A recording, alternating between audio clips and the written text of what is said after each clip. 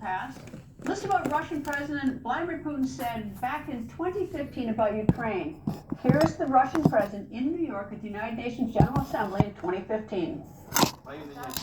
Ukraine's territorial integrity cannot be ensured by threat of force and force of arms. What is needed is a genuine consideration for the interests and rights of the people, region, and respect for their choice. There is a need to coordinate with them as provided for by the Minsk agreements, the key elements of the country's political structure. These steps will guarantee that Ukraine will develop as a civilized state, as an essential link in building a common space of security and economic cooperation both in Europe and in Eurasia. Former NATO Supreme Allied Commander and retired U.S. Army General Wesley Clark joins me. Good evening, sir. And the issue about this minerals deal, it seems to me that it's twofold. One is to seek reimbursement to the United States for money spent on helping Ukraine. That's the first thing. Second thing, as a deterrent and protection under the theory that Russia won't attack Ukraine in that area if the United States has interest there. I know you don't have a crystal ball, but what is your thought on whether that is an effective deterrent to Putin? Well, Greta, first of all, I don't think it's right to ask Ukraine to pay back something that was a grant. So forget about the past. Now, is it a deterrent? Might be, especially if you include minerals in Donbass, which Ukraine considers part of its territory. Maybe the United States would work on both sides in that Donbass territory that Russia says is part of Russia, but Ukraine says it's part of Ukraine. And then elsewhere, you know, these surveys on these rare earth minerals, they're old surveys. They haven't been done with modern technology. We don't really know what's there. Maybe less than what we think, maybe more, maybe expensive, maybe difficult to get out. So, but just bringing the United States in economically, that's a good thing for Ukraine, and it's a good thing for the United States. Is there any other alternative other than, look, I don't blame Zelensky because he's got President Putin invading his country, taking his land. I get that, but he's losing, if the president's running these numbers, 2,700 a week, people who are dying. If there's some way to stop the dying, that certainly is a laudable goal. And being right, like Zelensky may be, because we know why is Russia taking his land, also means death and a continued war. The ceasefire agreements have been tried in the past. Without enforcement mechanisms, they haven't worked. They were tried in 2014, failed right away. 2015, failed again, despite Mr. Putin's statement that you read there. Russia continued to violate those statements, both directly with Russian forces and with the Luhansk and Donetsk regional forces that were under Russian control. And Russia played a dual role in those previous ceasefires. It claimed it wasn't a party to the conflict, that it would guarantee the conflict, but it was a party to the conflict. And without strong U.S. leadership, we didn't bring Russia to the table the right way. We turned it over to Germany, France. They couldn't handle it. And what Zelensky's saying is, you've got to have security guarantees to make a ceasefire work. And so, Greta, what I've been doing is going back to the Bosnia Agreement.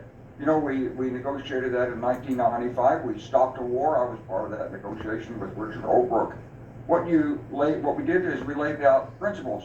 We said this is a 49-51 division of territory and so forth. When you said sticks and carrots, if you agree, you get this. If you disagree, this is what's going to happen. And what we haven't done in this case is we haven't laid out the general principles of the settlement. They might be something like stop fighting right now along the current lines. Russia, you don't get to say that this is your land. Ukraine doesn't give it up because by international law, you can't change borders by force. But Russia, the carrot is stop, and there'll be sanctions relief coming to you. Ukraine, you'll get continued support, and you'll get a European presence backstopped by the United States, and then you'll get into the details of it. This has to be hammered out in some patient, deliberate. It's not easy. It's not going to be done on a time schedule. You can't just say it's going to be done. Here's the problem, though, is that Putin's never going to give up. Look, he went in 2014, he went to Crimea, he annexed it. Before that, it was Georgia in 2008, then Crimea in 2014. President Trump rightfully points out that nothing happened during Trump's first administration. But then the Biden administration, then he goes into Ukraine. He doesn't know, no. And he unfortunately is sitting on all those nuclear weapons. So, we've tried sanctions. That hasn't deterred him, and everyone will say, well, maybe we didn't do good enough sanctions. Well, I don't know how much is good enough, but we're now 3 years into this, and American people don't want our boots on the ground. We don't want our men and women dying, and the weapons we've sent them hasn't worked. And so, we keep sort of redoing what we always do. And so this idea of Trump's, I don't know if it's going to work or not, but it certainly is different. It certainly is something that hasn't been tried. Well, the minerals themselves are a good idea, but they by themselves will not work. Because in fact, during President Trump's first term, Russia continued to violate. There was an ongoing fight in the Donbass along prepared defensive lines. Hundreds of Ukrainian soldiers were killed during this time. There were repeated efforts. My point exactly. An agreement was signed in 2019 that was quickly violated. And so if you really want peace, do the economic agreement, that's fine. You've got to backstop it. You've got to have a peace enforcement there. As long as Mr. Putin believes that he can get some kind of sanctions relief, rebuild his military, and continue with his plan of reconquering the former Soviet space, including the Baltics, you're not going to have peace in Europe. And so there's no point in sort of trying to. So what does he want? What can we do? You have to learn lessons from the past, Greta. We learned the lessons. Those are lessons. They've been learned. What are we supposed to do though?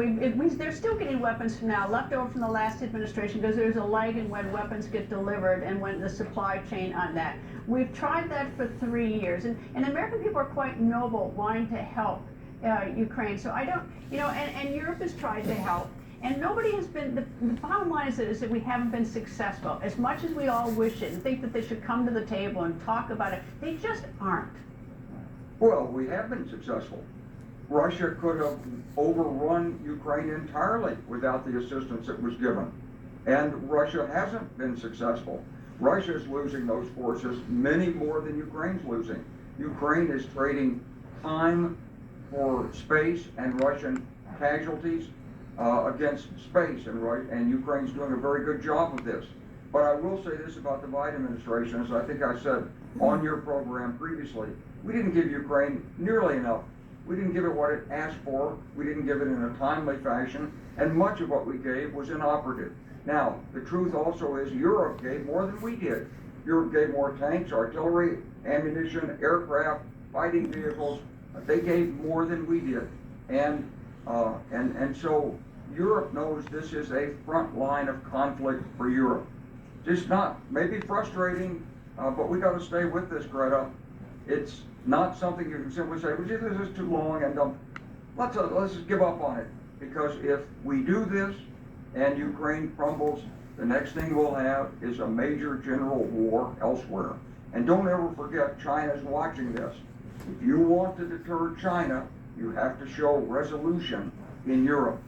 And if you want to manage China without conflict, you need support from Europe economically and technologically. You need that European cooperation. What you don't want is chaos and a security failure in Europe. We've been through this 3 times previously in the last 100 years. We shouldn't have to relearn this lesson. General Wesley Clark, thank you very much. And sometime I'll have to come back because I didn't know we sent. Well, duh! I've been saying that for days since J.D. Vance was saying, he'll say, J.D. There you go. There's an expert right there for you.